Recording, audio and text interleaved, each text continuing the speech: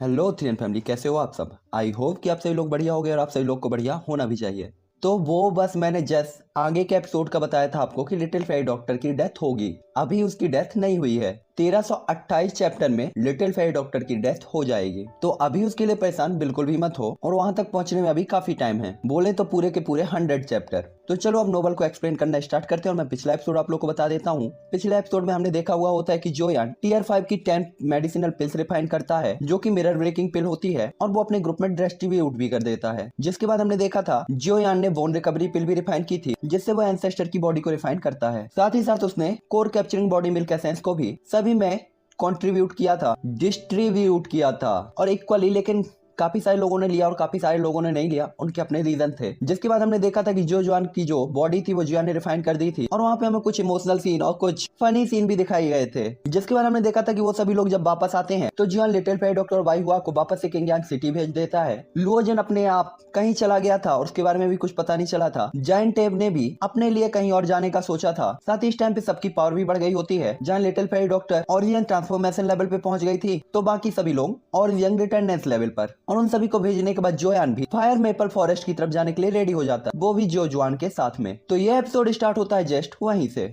इस टाइम पे burning flame valley के एक बड़े से हॉल के अंदर जो जुआन, जोयान, फर्स्ट एल्डर ली चैंगसू और साथ ही साथ बर्निंग एसेंस वैली के एंसेस्टर फेंग तियान मौजूद होते हैं। और इस टाइम पे ली चैंगसू जब एल्डर जो जुआन की बॉडी से निकलने वाले ऑरे को फील करते हैं तो काफी ज्यादा शॉक होते हैं। हालांकि उन्हें पता था कि जुआन और एल्डर जो जुआन दोनों ही बर्निंग फ्लेम वैली के एल्डर हैं, तो ये उनके लिए अच्छी बात है कि उनकी पावर बढ़ गई है। हालांकि एंसेस्टर फेंग तियान तुरंत ही जुआन की तरफ देखते हुए कहते, छोटे लड़के, तो तुमने फैसला कर लिया है। उन्होंने कभी भी नहीं सोचा था कि जुआन वास्तव में दोनों सेक्ट के रास्ते से होकर गुजरने वाला होगा, जो कि बिल्कुल भी अच्छा डिसीजन नहीं था। क्योंकि अगर वहाँ पे जुआन को उन दोनों ही सेक्ट का सामना करना पड़ा तो फेंग तियान को पता था कि वो जुआन को आसानी से तो बाहर नहीं जाने देंगे। हालांकि उनकी बात को सुनकर जुआन अपना सिर जोर से हिलाता है, क्योंकि उसे पता था कि वो इतना लंबा चक्कर नहीं लगा सकता और ज्यादा टाइम वेस्ट नहीं कर सकता। साथ ही जुआन को पता होता है कि उन दोनों ही सेक्ट का जो एरिया वो काफी बड़ा है, और अगर जुआन की किस्मत खराब नहीं हुई तो वो उनसे मिलेगा भी नहीं। बस जुआन को रास्ते में थोड़ा सा अलर्ट रहना था। और इसके अलावा जुआन के पास ओरिजिन किंग के 8 स्टार का एक पर्सन जो कि जो जुआन थे वो भी तो थे। ये सुनकर फेंग तियान तुरंत ही कहते हैं, ठीक है, क्योंकि आपने मन बना लिया है तो मैं अब और कुछ नहीं कहूंगा, लेकिन आपको थोड़ा अलर्ट रहना चाहिए जब आप फायर मेपल फॉरेस्ट में पहुंचे तो,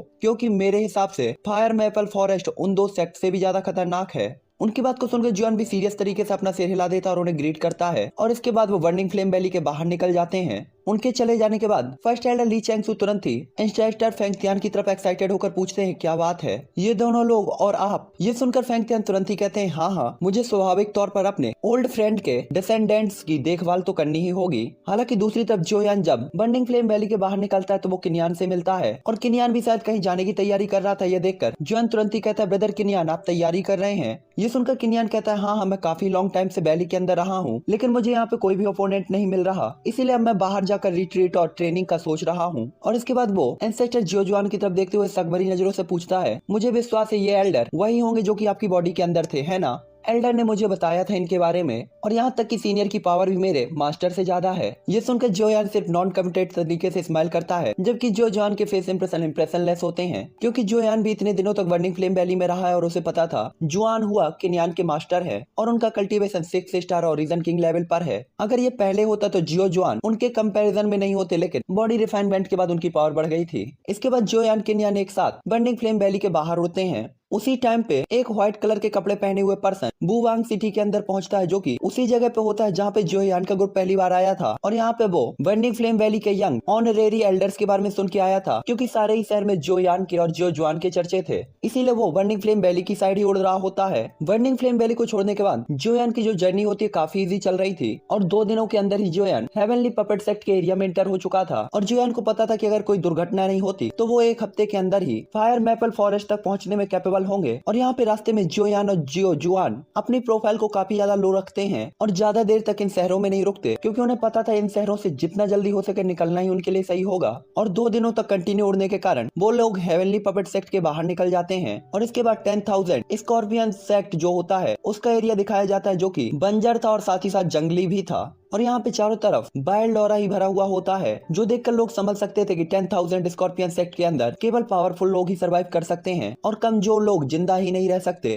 साथ ही साथ यहाँ पे ज्यादातर मैजिकल वेस्ट ही थे जो कि काफी पावरफुल थे, या कि हाई रैंक के ह्यूमन कल्टीवेटर, और कुल मिला के यहाँ पे जितने भी लोग थे उनमें से कोई भी अच्छा पर्सन नहीं था। इस टाइम पे उन्हें एक शहर दिखाया जाता है जहाँ पे काफी सारे लोग लाइन में खड़े हुए थे और 2 गार्ड सभी से एंट्री फीस ले रहे होते हैं। साथ ही साथ यहाँ पे अंदर जाने वाले जितने भी पर्सन थे वो काफी ज्यादा पावरफुल थे, कुछ ग्रुप में थे तो कुछ अकेले भी थे। कुछ टाइम के बाद जियोयान और जियो जुआन की बारी आती है और यहाँ पे कीमत थी 100 स्पिरिट स्टोन पर पर्सन। हालांकि यहाँ पे जियोयान थोड़ा सा झिझकता है लेकिन तुरंत ही 200 स्पिरिट स्टोन उसकी तरफ दे देता है। जियोयान ने साफ साफ देखा था कि पहले जो लोग अंदर इंटर हुए थे उन्होंने केवल 50 स्पिरिट स्टोन दिए थे, लेकिन जियोयान यहाँ पे कोई भी बात तो विवाद नहीं चाहता था, इसलिए उसने चुपचाप उतनी कीमत दे दी होती है क्योंकि जियोयान के पास स्पिरिट स्टोन की कोई भी कमी नहीं थी। स्पिरिट स्टोन देने के बाद जियोयान और जियो जुआन तुरंत ही उस सिटी के अंदर जाने लगते, लेकिन तभी आवाज आती है रोको। और इस टाइम पे जियोयान थोड़ा सा नाराज भी दिखता है। तभी पीछे वाला बंदा कहता है ये पहली बार है जब आप 1000 स्कॉर्पियन सेक्ट के एरिया में आए हैं, है ना? हालांकि जॉन तुरंत ही कहता है ये सच है। ये देखकर वो बंदा तुरंत ही कोल्ड स्माइल पास करते हुए कहता है तो फिर मैं इसमें 100 स्पिरिट स्टोन और जोड़ूंगा। ये देखकर जॉन तुरंत ही कोल्ड फेस इंप्रेशन के साथ उसकी तरफ देखता है, लेकिन वो बंदा तुरंत ही मजाक करते हुए कहता है बच्चे तुम्हें इस तरीके से रिएक्ट नहीं करना चाहिए, तुम्हें तो मेरे एहसानों की सराहना करनी चाहिए। मैं तो तुमसे स्पिरिट स्टोन ऐसे इसलिए ले रहा हूँ ताकि तुम्हें शहर में कोई भी प्रॉब्लम ना हो, वरना तो लोग तुम्हारी चमड़ी खींच कर उसे बाजार में बेच देंगे। तो अगर तुम मरना नहीं चाहते तो ये सबसे अच्छा होगा कि तुम मुझे स्पिरिट स्टोन दे दो, वरना। और इसके बाद वो तुरंत ही अपने ऑरे को शो करता है जो की स्टार्टिंग रिटेंडेंस एक्सपर्ट का होता है। तभी जॉन उसकी तरफ देखते हुए कहता है तो आपके अनुसार अगर मुझे सिटी के अंदर एंटर होना है तो मुझे रिटेंडेंस होना चाहिए, है ना? और इस टाइम पे जॉन उसके ऑरे और उसकी स्माइल को पूरी तरीके से इग्नोर करता है। ये सुनकर वो बंदा तुरंत ही कहता है बच्चे तुम सही कह रहे हो, इसीलिए सबसे अच्छा होगा कि तुम स्पिरिट स्टोन हमें दे दो। और इसके बाद उसका हाथ जियोयान की कॉलर की तरफ बढ़ता है और इसके बाद एक बूम की आवाज के साथ वो दुबला पतला आदमी तुरंत ही जियोयानो के पैरों के नीचे गिर जाता है, यहाँ तक कि वो अपने आप को उठाने और चलने में भी कठिनाई फील कर रहा था। जिसके बाद जियोयान तुरंत ही कहता है मैं लगभग भूल ही गया था कि आप जैसे लोगों के साथ प्यार से नहीं मार से निपटना चाहिए। और इसके बाद वो जियो जुआन के साथ धीरे धीरे सिटी के अंदर चला जाता है। तभी जियो जुआन जियोयान की तरफ देखते हुए कहते हैं दबंग, और उनकी बात को सुनकर जियोयान बस एक स्माइल कर देता है। हालांकि जब जियोयान का ग्रुप उस सिटी के अंदर गया और उस सिटी को छोड़ने वाला था तभी कुछ नजरें जियोयान के ग्रुप के ऊपर पड़ती हैं और इसके बाद अचानक से एक बंदा कहता है ये बच्चा तो वही है, दुश्मन वास्तव में हमारे एरिया में आया है, मैंने उससे यहाँ मिलने की उम्मीद नहीं की थी, ये सब उसकी वजह से ही था कि हमारी पूरी स्ट्रेटजी बर्बाद हो गई थी और एल्डर्स ने मुझे फटकार भी लगाई थी, क्योंकि अब ये मुझसे मिला है तो मुझे इससे बदला लेना ही चाहिए। तभी दूसरा बंदा कहता है और मेरी पपेट, मैं आज इसे मार डालूंगा और इस कमीने को मैं अपने पपेट के तौर पर रिफाइन करूंगा। इस टाइम पे वो जियोयान के कारण ही फेल हुए थे अपने मिशंस में और वो जियोयान को हर एक कीमत में मारना चाहते थे। हालांकि इस टाइम पे जियोयान और जियो जुआन उस डेजर्ट से हवा में ऊपर की तरफ उड़ते हुए ही जा रहे थे और काफी फास्ट स्पीड के साथ साउथ डायरेक्शन की तरफ जा रहे थे और रास्ते में एक पल भी नहीं रुके। हालांकि उसी टाइम पे 6 लोगों का एक ग्रुप उनका पीछा कर रहा होता है। हालांकि तभी जियोयान कहता है एंसेस्टर, हम लगभग 2 घंटे पहले शहर को छोड़ चुके हैं लेकिन वो लोग अभी भी हमारा पीछा कर रहे हैं। और इस टाइम पे काफी नॉर्मल स्माइल के साथ वो एंसेस्टर जियो जुआन की तरफ देखता है, क्योंकि सिटी को छोड़ने से पहले ही उन्होंने इन पिद्दी से चूहों का पता लगा लिया था। हालांकि ज्यादा हंगामा न करने के लिए वो चुपचाप सादा दूर की तरफ जा रहे होते हैं और लगता है अब उनसे निपटने का टाइम आ गया था। तभी जियो जुआन स्माइल करते हुए कहते हैं तो चलो फिर इनका खेल खत्म करते हैं, क्योंकि हम ज्यादा देर तक इन्हें अपना पीछा करने नहीं दे सकते। ये सुनकर जियोन भी एक स्माइल पास करता है और इसके बाद दोनों लोग उड़ते उड़ते तेजी से रुक जाते हैं और एक दूसरे की तरफ देखकर तुरंत ही पीछे अपनी स्पिरिचुअल पावर को शो करते हैं। और इसके बाद अपने पीछे के 6 लोगों के ग्रुप को देखते हैं। उन 6 लोगों के ग्रुप में 5 ओल्ड मैन और 1 यंग मैन होता है। और इस टाइम पे जियोयान जब 4 ओल्ड मैन को देखता है तो तुरंत ही पहचान जाता है कि ये कि ईस्टर्न वैली के ये चारों एल्डर होने चाहिए जो कि ईस्टर्न पपेट सेक्ट के हैं। और इस टाइम पे जियोयान को भी विश्वास नहीं था कि उनसे ये फिर से टकराएगा। और इसके बाद वो कहता है मुझे उम्मीद नहीं थी 10,000 स्कॉर्पियन सेक्ट और हेवनली पपेट सेक्ट के लोग यहाँ होंगे और मुझे लगता है कि ये लोग अपना अलायंस बना रहे हैं। और इस टाइम पे जियो जुआन भी काफी ज्यादा हैरान होते हैं। हालांकि तभी एक ओल्ड मैन कहता है ऐसा लगता है कि तुम दोनों ने हमें बहुत पहले ही खोज लिया था। और इसके बाद वो तुरंत ही जियोयान की तरफ देखता है। तभी जियोयान स्माइल करते हुए कहता है हम दोनों को नहीं पता था कि हमें क्या कहना है। जब हमने देखा कि आप सभी लोग इतने सारे लोगों को लेकर हमारा वेलकम करने के लिए आ रहे हैं तो हम केवल यहाँ पे आपका इंतजार कर सकते थे। अगर आपके पास कहने के लिए कुछ भी है तो आप बेझिझक कह सकते हैं। मुझे विश्वास है कि यहाँ पे किसी को कुछ भी पता नहीं चलेगा। इस टाइम पे जियोयान की बात पे किलिंग इंटेंट कोल्ड ऑरा होता है, क्योंकि ये लोग हेवनली पपेट सेक्ट और स्कॉर्पियन सेक्ट के थे, इसीलिए जियोयान को इनके साथ पोलाइट होने की तो कोई भी जरूरत नहीं थी। हालांकि तभी वो बंदा कहता बच्चे ज्यादा ईगोफुल मत बनो, पिछली बार तुमने मेरे हेवनली पपेट सेक्ट की योजनाओं को बर्बाद कर दिया था, यहाँ तक कि तुमने मेरी एक पपेट को भी डिस्ट्रॉय कर दिया। आज मैं तुमसे इसका हिसाब ब्याज सहित लूंगा। और इसके बाद वो चारों लोग लेट ओरिजिन रिटर्निंग लेवल के ऑरे को सॉ करते हैं और इसके बाद 3 लोग अपनी आस्तीन को फ्लिप करते हैं और 3 पावरफुल पपेट उनके सामने अपेयर होते हैं और ये तीनों पपेट इंटरमीडिएट रिटर्डेंस लेवल पर होती हैं और चारों ओल्ड मैन की पावर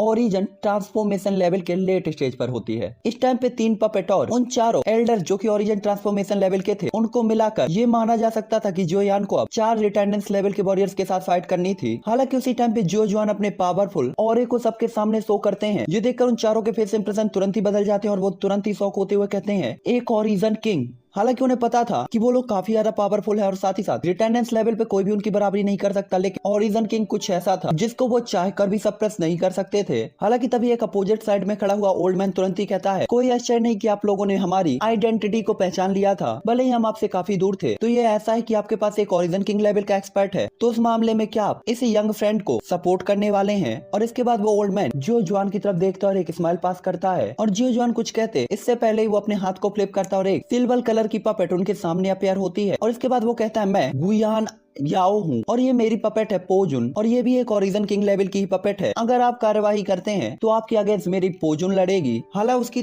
तरफ देखकर जो जुआन तुरंत ही जोयान की तरफ देखते हैं और कहते हैं इनसे निपटना आसान नहीं होगा, हमें अलर्ट रहना होगा क्योंकि ये ओल्ड मैन पहले ही half step origin king level पर पहुंच चुका है और इसकी पपेट के साथ मिलाकर इससे निपटना थोड़ा सा मुश्किल होने वाला है। हालांकि इन चारों से निपटना आसान है, लेकिन वहाँ पे अभी भी एक पर्सन है, वो ना तो बोल रहा है और ना ही हिलता डुलता है, साथ ही मैं उसके कल्टीवेशन को भी नहीं देख सकता। शायद उसके पास कुछ ऐसा है जिसके कारण हम उसके ऑरे और आइडेंटिटी को पहचान नहीं पा रहे। उनकी बात को सुनकर जॉन तुरंत ही अपना सिर हिलाता है और अपने सामने के चारों एल्डर्स की तरफ देखता है और इस टाइम पे जॉन के दिमाग में सिर्फ एक ही थॉट था कि वो इनसे मिला है तो बस इस बार इन्हें छोड़ना नहीं है। और इसके बाद बिना किसी झिझक के जॉन तुरंत ही अपना पैर आगे बढ़ाता है और उन चारों एल्डर्स के सामने अपेयर हो जाता है और जॉन के हाथों में तुरंत ही हेवेनली फ्लेम एक फ्लेम रूलर में कंडेंस हो जाती है, जिसके बाद वो चारों की ओर बढ़ जाता है। हालांकि तभी एक टक्कर की आवाज आती है और जॉन के रूलर के अटैक को पपेट्स ने रोक दिया होता है और इसके बाद एक तेज हवा की आवाज के साथ एक पंच जोयान के सिर की तरफ बढ़ता है और जोयान के खोपड़ी को छिन्न भिन्न कर देता है, लेकिन वो होती है एक आफ्टर इमेज और ये देखकर वो चारों एल्डर्स काफी ज्यादा शॉक होते हैं। और इसके बाद अगले ही मूवमेंट पे जोयान एक पपेट के सिर के ऊपर दिखाई देता है और उसका हैवी जोयान रूलर सीधा ही पपेट के सिर की तरफ बढ़ रहा था कि तभी पपेट अपने पंच को बढ़ाता है और दोनों एक साथ टकराते हैं और ये टक्कर जोयान के हैवी जोयान रूलर को तो रोक ही देती है, साथ ही साथ इसके कारण जोयान का जो हाथ होता है वो भी सुन्न पड़ जाता है। और इस टाइम पे जोयान काफी ज्यादा सीरियस होता है और कुछ सोच पाता कि उससे पहले ही एक पपेट सीधा ही जोयान की तरफ बढ़ जाती है और इसके बाद वो चारों एल्डर्स भी जोयान की तरफ पहुंच जाते हैं और एक बड़ी फाइट तुरंत ही स्टार्ट हो जाती है। उसी टाइम पे गुयान आओ और जो जुआन के बीच में फाइट स्टार्ट हो चुकी होती है। तभी गुयान आओ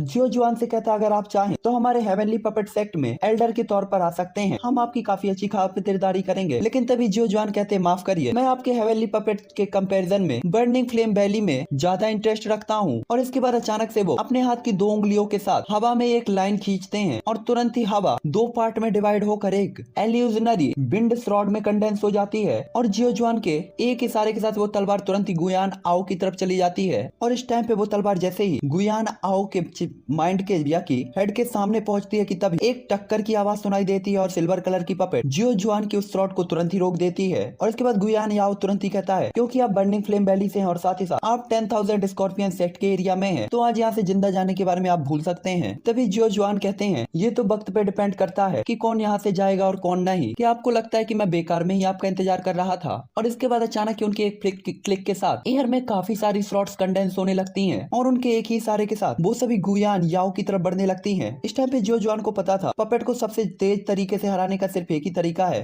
गुयान याओ को मार दो। तभी गुयान याओ कहता है मुझे मारना इतना आसान नहीं है, भले ही आप ओरिजिन किंग लेवल के एक्सपर्ट हैं। और इसके बाद उसकी बॉडी से तुरंत ही उसकी ग्रे कलर की जिनसेन क्वीन निकलती है जो कि आसपास की चट्टानों को कवर करके उनकी बॉडी में एक चट्टानों का आर्मर क्रिएट कर देती है और ये आर्मर ओरिजिन किंग लेवल के वॉरियर के भी अटैक को झेल सकता था। और इसके बाद वो तुरंत ही कहता है पोजून उसे मार डालो अपनी पपेट को। और इस आवाज के साथ ही वो पपेट तुरंत ही जियोजुआन की तरफ बढ़ती है और इसके बाद वो बंदा तुरंत ही उस मिस्टीरियस ब्लैक पर्सन के पास जाकर कहता है यंग मास्टर मुझे डर है कि हम दोनों इनसे नहीं निपट पाएंगे, इसीलिए आपको 10,000 स्कॉर्पियन सेक्ट में जाकर इस बारे में सबको बताना चाहिए। ये सुनकर वो यंग पर्सन कोई भी रिस्पॉन्स नहीं देता, इसके बजाय वो जियोजुआन और पोजून की फाइट को देख रहा होता है। और इसके बाद वो तुरंत ही कहता है ओरिजिन किंग के साथ फाइट करने में आप कितने % श्योर हैं? ये सुनकर गुयान याओ काफी ज्यादा शौक होता है और तुरंत ही फाइटिंग एरिना में देखने लगता है। और इसके बाद वो कहता है अगर पोजून उसे रोक सकता है तो मेरे पास 60% चांस है। ये सुनकर वो यंग मैन तुरंत ही कहता है 60%। और इसके बाद वो जोयान की तरफ देखता है और वहाँ पे जोयान उन चारों एल्डर और साथ ही साथ तीनों पपेट को कड़ी कट दे रहा होता है और फाइट बिल्कुल ड्रा पे होती है, जो कि काफी एक्स्ट्रा ऑर्डिनरी पावर थी। हालांकि वो बंदा तुरंत ही कहता है हमें इस टाइम पे 10,000 स्कॉर्पियन सेक्ट को अलर्ट करने की कोई जरूरत नहीं है, आप ओरिजन किंग लेवल के उस बंदे को रोको और मैं इस बच्चे से फाइट करता हूँ। और इसके बाद वो यंग मैन तुरंत ही जो यान की तरफ देखता है और उसी के बगल में गुयान याओ तुरंत ही अपना सिर हिलाता है और अपनी जगह से गायब होकर वापस से जियो जुआन की तरफ जाता है। इस टाइम पे जोयान भी अपने सामने के 4 लोगों को पीछे करने के लिए अपने फायर रूलर का यूज कर रहा होता है, साथ ही अपने सामने की पपेट से भी काफी स्पीड के साथ डॉज कर रहा था। हालांकि तभी जोयान की कलाई के बगल से अचानक एक तेज खंजर निकलता है, जो कि जोयान के बॉडी के बिग पार्ट की तरफ था। और ये देखकर जोयान तुरंत ही शॉक होते हुए कहता है ये तो वही पर्सन है, ये वास्तव में अटैक कर रहा है। और इसके बाद जोयान तुरंत ही अपनी बॉडी को आगे की तरफ झुकाकर उस अटैक से डॉज करता है, लेकिन जोयान के पीठ में अभी भी चोट लग जाती है और उसके अगले ही सेकंड जोयान की पूरी बॉडी झुंड हो जाती है और साथ ही साथ काफी सारी पपेट जोयान के ऊपर धावा बोल देती हैं, जिससे जोयान बड़ी मुश्किल से डॉज करता है। लेकिन इस टाइम पे वो चारों एल्डर भी एक साथ जोयान की तरफ आ गए होते हैं। इस टाइम पे एक और रिटर्निंग एक्सपर्ट के आ जाने के कारण जोयान के ऊपर प्रेशर काफी ज्यादा बढ़ गया था। साथ ही रिटर्निंग एक्सपर्ट को छोड़ दिया जाए तो ये 3 पपेट पहले ही काफी ज्यादा खतरनाक थी, जिनकी बॉडी काफी ज्यादा हार्ड और उन्हें पेन भी नहीं होता था। और जोयान इनके अटैक को झेलने में काफी ज्यादा प्रॉब्लम फेस कर रहा होता है। मतलब कौन सी गाली दूं मैं इस जोयान को। भाई इसके पास 2 पपेट हैं रिटर्नेंस एक्सपर्ट के, फिर इसके पास 9 मिस्टीरियस 9 ट्रांसफॉर्मेशन बॉडी आर्ट है, उसके लिए एल्यूजनरी क्लोन का यूज कर, लेकिन नहीं हम अकेले लड़ेंगे। मतलब यार कोई भी बंदा फाइट करता है तो पीछे 20-30 लोग को खड़ा करके फाइट करता है, ये 20-30 लोगों से अकेले फाइट कर रहा है, इसीलिए मैं इसे साउथ का हीरो कहता हूँ। चलो आगे। इस टाइम पे जोयान सबसे ज्यादा परेशान इस चीज को लेकर था कि वो जो पर्सन था उसके अटैक काफी ज्यादा खतरनाक थे और उनमें से एक भी अगर जोयान को लग गया तो वो काफी सारे सिक्वल्स पीछे छोड़ सकता है, जिसके कारण जोयान का फाउंडेशन भी डैमेज हो सकता था। और यहाँ पे 4 एल्डर और 3 पपेट को जोड़ने के बाद जोयान यहाँ से बचने में तो कैपेबल बिल्कुल भी नहीं था। भले ही वो उसे चोट पहुंचाने में कैपेबल नहीं थे, लेकिन यहाँ पे जोयान को रोकने में वो पूरी तरीके से कैपेबल थे। हालांकि तभी जोयान कहता ओ गॉड डैम इट, मैं इसे लॉन्ग टाइम तक नहीं चलने दे सकता, मुझे उन्हें एक एक करके डिस्ट्रॉय करने की जरूरत है। और इसके बाद जोयान अपने हैवी रूलर को तुरंत ही दोनों हाथों से पकड़ता है और अपनी जिनसेन कुई को उसमें डालता है, जिसके बाद जोयान की पावरफुल फ्लेम उसमें अपीयर होती है। और इसके बाद जोयान तुरंत ही स्लैश अटैक को करते हुए कहता है 7 लेयर स्काई ब्रेकिंग रूलर। और इसके एक ही स्लैश के साथ जोयान उन लोगों को पीछे हटाने में कैपेबल हो जाता है जिन्होंने उसे घेर रखा था। हालांकि वो तीनों पपेट एक बार फिर जोयान की तरफ बढ़ने वाली थी, लेकिन इस टाइम पे जोयान उन चारों लोगों को देखता है जो कि उन पपेट के पीछे थे और इन पपेट को जोयान पूरी तरीके से इग्नोर करता है। और इसके बाद एक ही थॉट के साथ जोयान वॉइड के ग्रेट वे ऑफ दाव का यूज करके तुरंत ही अपनी जगह से गायब होता है।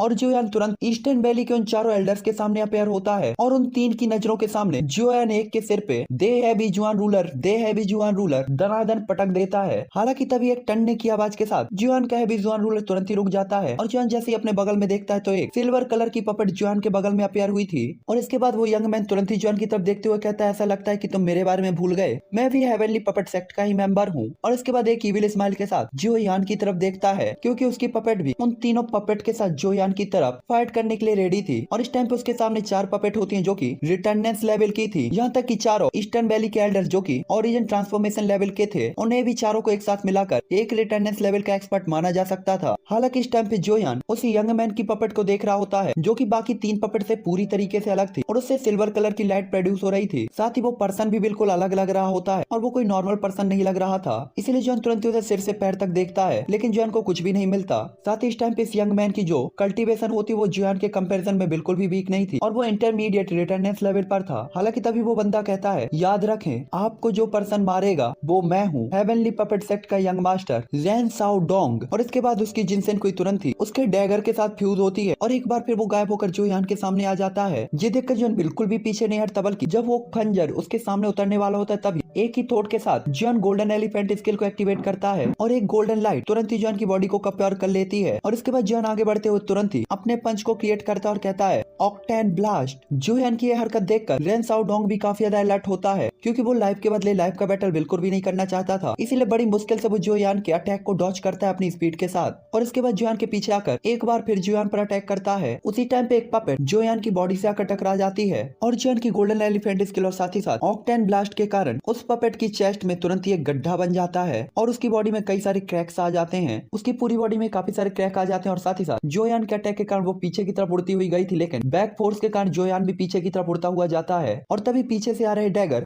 जोयान की बॉडी से टकरा जाते हैं, लेकिन गोल्डन एलिफेंट स्किल के कारण जोयान को ज्यादा चोट तो नहीं आती, लेकिन उसकी बॉडी पे 2 डैगर के चुभे हुए निशान आ जाते हैं और साथ ही जोयान को काफी ज्यादा पेन भी होता है। हालांकि जोयान की गोल्डन एलिफेंट स्किल काफी ज्यादा powerful defence type do skill थी, लेकिन वो अभी भी उस यंग पर्सन के अटैक को नहीं रोक पा रही थी। हालांकि जिस टाइम पे जोयान उसके डैगर से टकराया था, उसी टाइम पे जोयान के हैवी जोयान रूलर ने भी उसके सामने बढ़ रही 2 पपेट को पीछे हटने में मजबूर कर दिया था। और इस टाइम पे जोयान खुद को स्टेबल करके एक बार फिर से उन चारों एल्डर्स की तरफ देखता है, जिसके बाद जोयान की नजर उनके सामने के सिल्वर कलर की पपेट पे पड़ती है, जो कि उनकी रखवाली कर रही थी। और उसके होते हुए जोयान को उनके पास जाने में काफी प्रॉब्लम होने वाली थी। हालांकि तभी रेन साओडोंग जोयान की तरफ देखते हुए कहता है, मैंने आपको कम करके आंका था। ये तो मेरी किस्मत थी कि मैंने आपके अटैक को सीधे तौर पर लेने के लिए नहीं चुना, वरना उस पपेट की जगह वो हालत मेरी होती। इस टाइम पे वो काफी ज्यादा हैरान भी होता है, क्योंकि उसे पता था कि जोयान का वो अटैक उसके ऊपर होना था और उसने लास्ट मोमेंट पे उस अटैक से डॉज किया था। उसी टाइम पे ईस्ट वैली के वो चारों एल्डर जब अपनी पपेट को देखते हैं, जो कि लगभग टूटने की कगार पर थी, तो उन्हें भी काफी ज्यादा दुख होता है।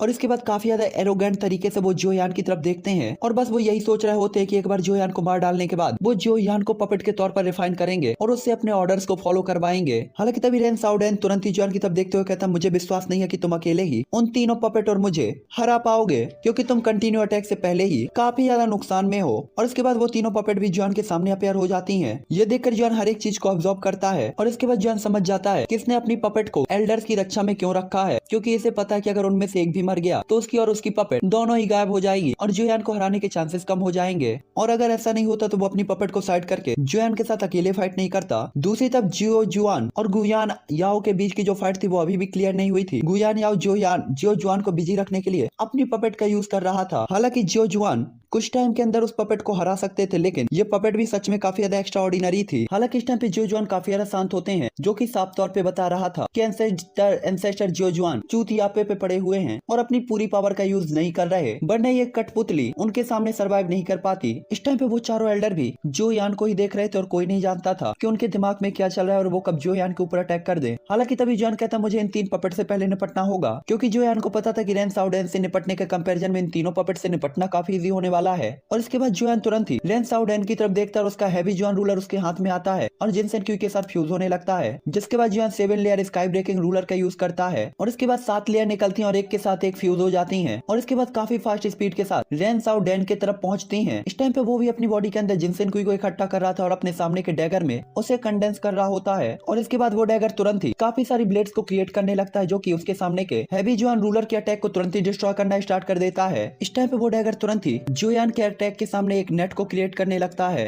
हालांकि तभी जोयान अपनी फिंगर को फ्लिक करता है और उसे एक ब्लैक कलर की रोशनी निकलती है, जो कि आगे की तरफ उसके रूलर के अटैक की तरफ बढ़ जाती है। और उसी टाइम पे जोयान अपने पीछे की तीनों पपेट को देखता है और वो ब्लैक लाइट जो कि जोयान की अभी अभी उंगली से निकली थी, तुरंत ही जोयान के हैवी जोयान रूलर के 7 लेयर अटैक के सामने एक ग्रेट वे में कंडेंस हो जाती है और जोयान का वो अटैक ग्रेट वे के अंदर चला जाता है। और इसके बाद जोयान अपने पीछे आ रही पपेट को फ्लेम डिवोरिंग सुनामी के एक स्लैश के साथ पीछे की तरफ उड़ते हुए भेजता है और इसके बाद उन तीनों ही पपेट के सामने जोयान के 3 ग्रेट वे ओपन होते हैं, जिससे हैवी जोयान रूलर का वही स्लैश अटैक एक बार फिर बाहर निकलता है और उन तीनों पपेट को काफी बुरी तरीके से इंजर्ड करता है और इसके बाद उनके टुकड़े टुकड़े हो जाते हैं, जो कि पूरी ही तरफ फैल जाते हैं। और इस टाइम पे वो तीनों ही पपेट एक ही अटैक के साथ डिस्ट्रॉय हो गई थी। और उसी टाइम पे रेन साउडेन, जिसने अपने नेट को क्रिएट किया हुआ होता है, उस नेट के सामने वो देख सकता था कि जोयान का नॉर्दर्न किंग खड़ा हुआ है, जो कि अपनी लाइटिंग बोल्ट की पावर के साथ पलक झपकते ही अपनी बॉडी पे लगने वाली चोटों को रिकवर कर रहा होता है और साथ ही एक पंच रेन साउडेन की तरफ भी बढ़ा देता है, जिसे वो रोक तो देता है, लेकिन उससे निकलने वाली लाइटिंग ने रेन साउडेन के हाथ को पूरी तरीके से सुन्न कर दिया था। और उसी टाइम पे वो खंजर जिससे उसने अपने हाथ से पकड़ा हुआ था, वो भी उसके हाथ में कांपते कांपते गिर जाता है। जिसके बाद एक आवाज आती है, पपेट केवल आपके स्काई पपेट सेक्ट के पास ही नहीं है। अपने सामने के तीनों पपेट को डिस्ट्रॉय करने के बाद जोयान धीरे धीरे घूमता है और रेन साउडेन की तरफ देखता है और उसके चेहरे पे एक प्यारी सी स्माइल होती है। और इसके बाद जोयान कहता है, तो अब आपको क्या लगता है, क्या मैं आपको हरा सकता हूँ? उस टाइम पे रेन साउडेन भी कांपती हुई आवाज में कहता है, पपेट, तुम्हारे पास वास्तव में एक पपेट है।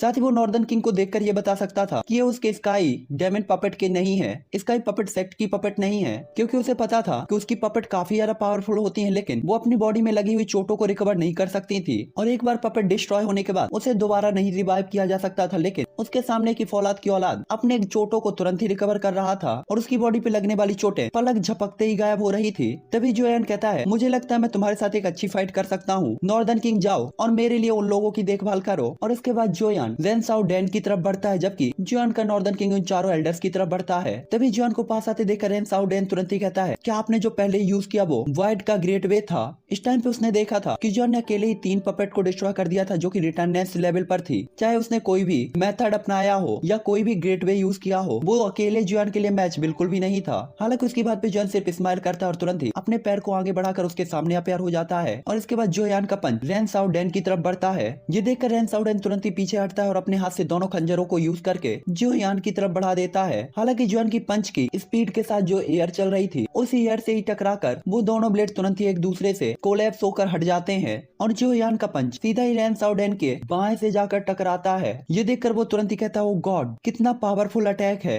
और इसके बाद उसके मुंह से तुरंत ही ब्लड निकलने लगता है। और इस टाइम वो काफी डरे हुए तरीके से जोयान को देख रहा था। उसने देखा था जोयान केवल अपनी पावर के साथ न केवल उसकी पपेट को डिस्ट्रॉय कर सकता है बल्कि वो भी जोयान के लिए मैच नहीं है, चाहे वो फोर्स हो या की स्पीड। जोयान हर चीज में उससे आगे है। हालांकि इस टाइम पे बहुत शौक होता है, लेकिन तभी एक सिप की आवाज के साथ जॉन एक बार फिर उसके सामने आता है और जॉन का पंच एक बार फिर उसकी तरफ बढ़ता है। भले ही उनके बीच की डिस्टेंस 1 मीटर की थी, लेकिन जॉन के पंच से रिलीज होने वाले फोर्स को देखकर ही रेन साउडेन तुरंत ही घबरा जाता है और कहता है विंड ग्रेट दाओ। इस टाइम पे वो अपनी स्पीड को बढ़ाने के लिए ग्रेट दाओ ऑफ विंड का यूज कर रहा था। उसी टाइम पे जियो जुआन जो की वो जून के साथ फाइट कर रहे थे, जैसे ही विंड ग्रेट दाओ को फील करते हैं तो तुरंत ही कुछ अजीब सा फील होता है, जैसे कि उन्होंने हेवन और अर्थ के बीच में एक नई एनर्जी को फील किया हो। हालांकि उस टाइम पे रेन साउडेन के ग्रेट दाओ ऑफ विंड की पावर के कारण एक पावरफुल पावर उसके कंट्रोल में आ जाती है जो कि जिनसेन कुई से ज्यादा पावरफुल थी। हालांकि इस टाइम पे जियो जुआन भी तुरंत ही कहते हैं क्या ये ग्रेट वे की पावर है, और वो बस ये सोच ही रहे होते कि तभी उसके अगले ही सेकंड अर्थ और हेवन के बीच में बादल अचानक से घूमने लगते हैं और काफी सारे बवंडर उठने लगते हैं और उन बवंडरों के सेंटर में जियो जुआन होते हैं। जिसके बाद एक काफी हाई स्पीड के साथ उनके चारों ओर आसमान में इनविजिबल ग्रेट दाओ के पर्दे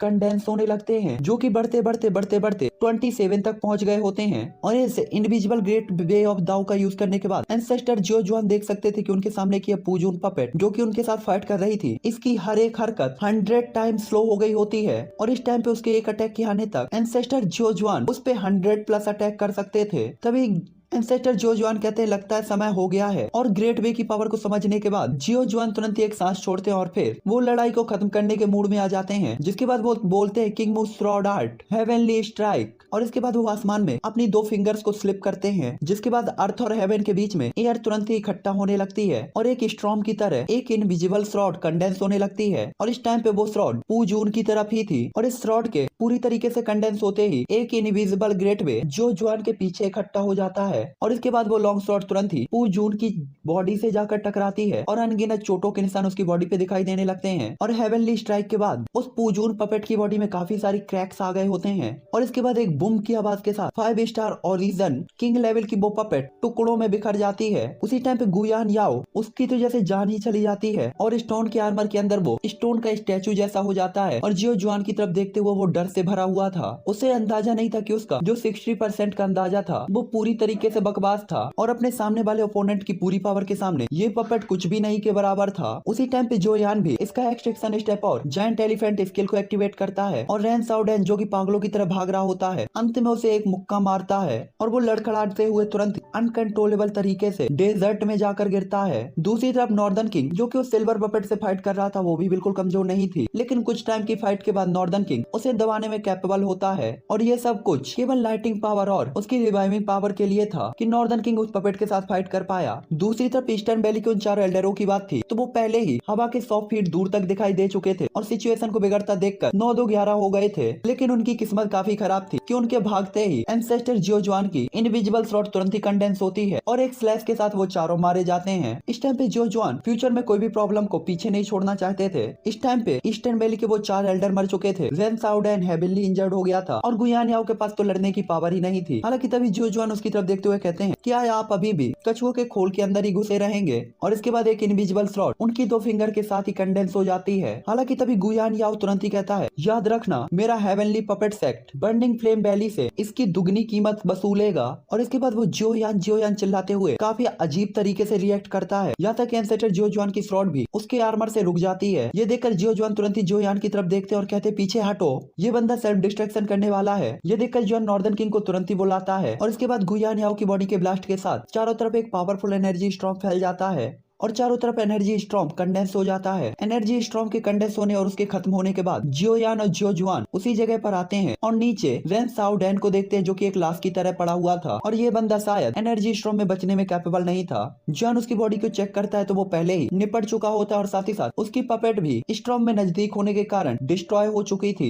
इसलिए इन सभी को मारा हुआ माना जा सकता था। लेकिन यहाँ पे अपना ठरकी चोरी करना बिल्कुल भी नहीं छोड़ता और रेन साउडेन की स्टोरेज रिंग को निकाल कर रख लेता है और इसके बाद जियोयान और जियोजुआन अपनी जर्नी में एक बार फिर आगे निकल जाते हैं। हालांकि उसी टाइम पे उन दोनों के चले जाने के बाद रेन साउडेन की बॉडी से एक जेट पेंटेंट से एक एल्यूजनरी फिगर दिखती है जो कि काफी ज्यादा नाराज थी और ये ऑब्वियसली रेन साउडेन की एल्यूजनरी फिगर थी या कि उसकी सोल कह सकते हैं। उसी टाइम पे 3 ह्यूमन फिगर 10,000 स्कॉर्पियन सेट के एक प्री डिसाइडेड डायरेक्शन में जियोयान और जियोजुआन का पीछा काफी स्पीड के साथ कर रही थी। उसी टाइम पे रात के टाइम पे जियोयान और जियोजुआन भी जानते थे कि इस डेजर्ट को क्रॉस करना काफी ज्यादा कठिन होगा, इसीलिए वो भी एक रुकने के लिए कोई जगह देखते हैं क्योंकि इसका सबसे इम्पोर्टेंट रीजन ये था कि दिन में हुई फाइट के कारण उन्होंने अपनी काफी सारी पावर को लूज कर दिया था और इसीलिए उन्हें अब अपनी पावर को भी गैदर करना था। इसीलिए एक पहाड़ के ऊपर वो तुरंत ही आग को जलाते हैं और कुछ देर तक आराम करते हैं। इस टाइम पे उस अलाव के सामने जियोयान और जियोजुआन बैठे हुए होते हैं और चारों तरफ सिर्फ डेजर्ट ही डेजर्ट। तभी जियोयान अपने हाथ में वो स्टोरेज रिंग देखता है। इस टाइम पे जियोयान के दिल में काफी बेचैनी भी होती है क्योंकि जियोयान को पता था कि रेन साउडेन पहले ही मर चुका है तो उसकी स्टोरेज रिंग से उसकी स्पिरिचुअल प्रिंट भी गायब हो जानी चाहिए थी। हालांकि जब जियोयान उसकी स्टोरेज रिंग को देखता है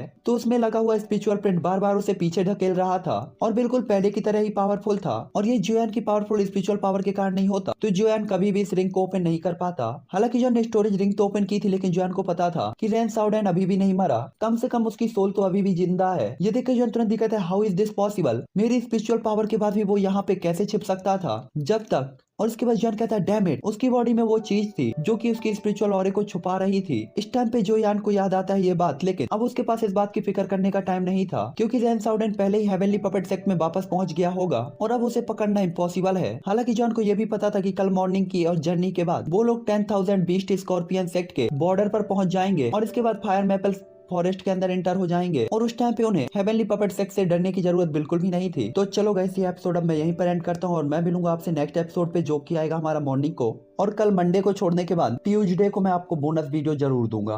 ओके, तो आप लोग एंजॉय करो इस वीडियो को और मैं मिलता हूँ आपसे नेक्स्ट वीडियो पे। Good night 3N family.